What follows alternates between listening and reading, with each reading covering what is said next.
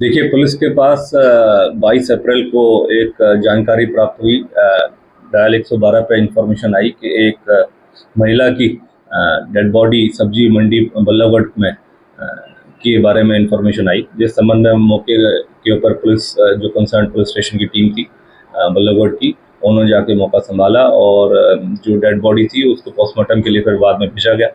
Postmortem के दौरान जो चीज़ें मेडिकल जानकारी के थ्रू सामने आई, उसमें पता चला कि आंतरिक चोटों के चलते जो महिला का है वो मर्डर करा गया है।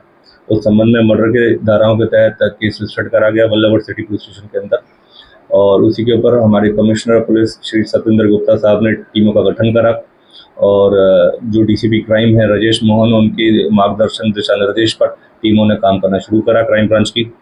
और महिला की उस दौरान पहचान करी गई।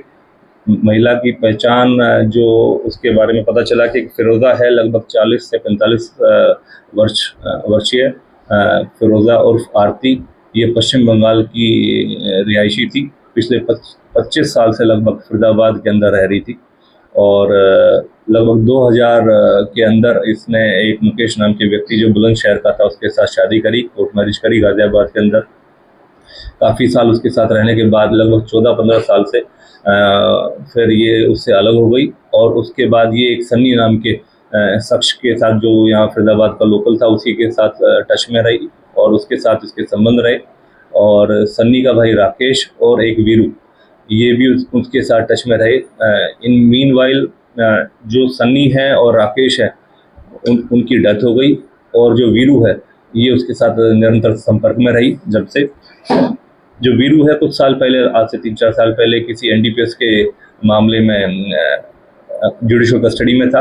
कुछ 2-3 महीने पहले ही वहाँ से छूट के आया। इन बिटवीन इसने दोबारा से फिरोज़ा को घूमते फिरते देखा, इसके आपसी फिर दोबारा से संबंध बने। फिरोज़ा के बारे में बताया जाता है कि वो नशा करने की आदतन सिचुएशन में थी। तो इसी तरीके से ये लगातार वीरू उसके साथ संबंध बनाता रहा जब भी उसके साथ मुलाकात होती थी। मीनवाइल फिरोज़ा ने इसको ब्लैकमेल करना शुरू कर दिया कि इसके एवज में उससे पैसे की डिमांड करनी शुरू करी। बीच में इसने कभी कभार उसको पैसे भी दिए, लेकिन जिस तरीके से 21-22 तारीख के आसपास इसने दोबारा से फिरोज़ा को देखा और फिर सब्जी मंडी के आसपास दोबारा से दोनों ने मिलकर ड्रिंक करा, नशा करा। उसके बाद फिरोज़ा ने दोबारा से इससे पैसे की डिमांड करी, तो उसके चलते बार बार निरंतर इस चीज़ से तंग होकर इसने उससे दोबारा संबंध बनाने की कोशिश भी करी उस दौरान, और जिसके चलते फिर जब गुस्से में आके इसने इस एक वहीं मौके पर पड़ी हुई ईंट से जो फिरोज़ा के ऊपर वार करा, जिसमें काफ़ी आंतरिक चोटों के चलते उसकी मौके पर ही मृत्यु हो गई। तो इस संबंध में जो हमारी क्राइम ब्रांच है डीएलएफ इंचार्ज रमेश, उन्होंने इस ब्लाइंड मर्डर को खोलते हुए और अपनी टीम ने जो भरसक प्रयास करा, उसके दौरान 1 मई को वीरू जो कि रेवाड़ी का निवासी है और पैदाइशी फरीदाबाद से ही यहाँ से फरीदाबाद में रह रहा है, उसको पकड़ने में सफलता प्राप्त करी है। और पूछताछ के दौरान ये सभी घटनाक्रम जो मैंने आपको बताया विस्तृत तौर पर ये सामने आया और उसको पकड़ के अब जुडिशियल कस्टडी में भेजा जाएगा, रिमांड लिया जा रहा है और उससे संबंधित और भी जानकारी ली जा रही है कि अन्यथा कोई और संलिप्त है तो उसके बारे में जानकारी ली जाएगी। सर, आज गिरफ्तार किया है, क्या ये शादीशुदा है? हाँ, ये शादीशुदा है और जो इसको है ये सेक्टर 24 में एक प्राइवेट कंपनी में काम करता है, मुजेसर में रहता है, वहीं से इसको अरेस्ट करा है। और इससे अब अरेस्टिंग के दौरान पूछताछ में जो सभी जानकारी मैंने आपके साथ शेयर करी है सामने आई।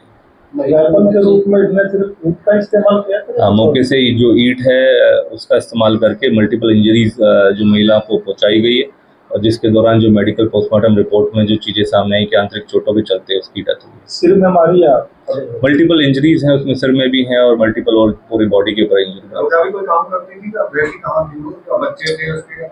ये देखिए, मैंने बताया 2000 के अंदर एक मुकेश नाम के बुलंदशहर के नाम के व्यक्ति के साथ इसकी शादी हुई और फिर ये फरीदाबाद में शिफ्ट हो गई। लगभग 25 साल से यही थी। इनिशियल में 10-12 साल ये मुकेश के साथ रही, इसके बच्चे भी थे। उसके बाद सन्नी के साथ इसने अपना हस्बैंड को छोड़ दिया और सन्नी नाम के व्यक्ति जो कि वीरू का ही भाई था उसके साथ रहना शुरू हुआ। उससे भी पता चला है कि इसकी एक बच्चा है। और फिर उसके बाद सन्नी की डेथ हो गई और उसका भाई राकेश के साथ ये संपर्क में रही, उसकी डेथ हो गई। उसके बाद वीरू है, ये इसके साथ संपर्क में आ गया। निरंतर इनके आपस में संबंध बनते रहे और उसी के चलते ये इसको ब्लैकमेल करना शुरू करा है, जो पूछताछ में बातें सामने आई हैं।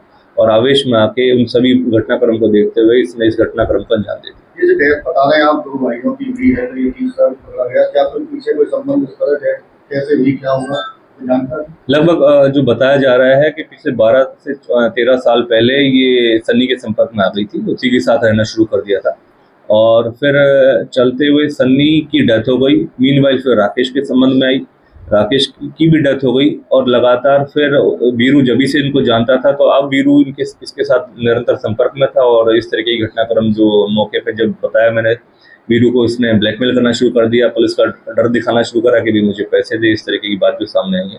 उसके चलते हुए इसने उसके साथ जब 21-22 तारीख के आसपास जब ये मुलाकात हुई इनकी, तो दोनों ने ड्रिंक करा, साथ में नशा करा सब्जी मंडी के इलाके में एरिया में रात के दौरान, और सारी चीज़ फिर उसके साथ ज़बरदस्ती करने की भी इसने कोशिश करी, संबंध बनाने की कोशिश करी, जिसने उसे नानुकर करा। तो उस दौरान इसके साथ इस घटनाक्रम को अंजाम दिया। डेथ जिनकी बता रहे हैं आप, उनकी डेथ की क्या कोई हिस्ट्री रही, वो बीमारी से मरे, क्या था, क्या? नहीं, नेचुरल डेथ, उनकी नेचुरल डेथ थी, नेचुरल डेथ। ये वीरू भी उन्हीं का भाई है या अलग है? वीरू तीसरा भाई है उनका, सन्नी सबसे बड़ा, राकेश और फिर बाद में वीरू। वीरू की उम्र लगभग 36 साल है और महिला की उम्र लगभग जो बताया जा रहा है लगभग 40 से 44 साल के बीच में।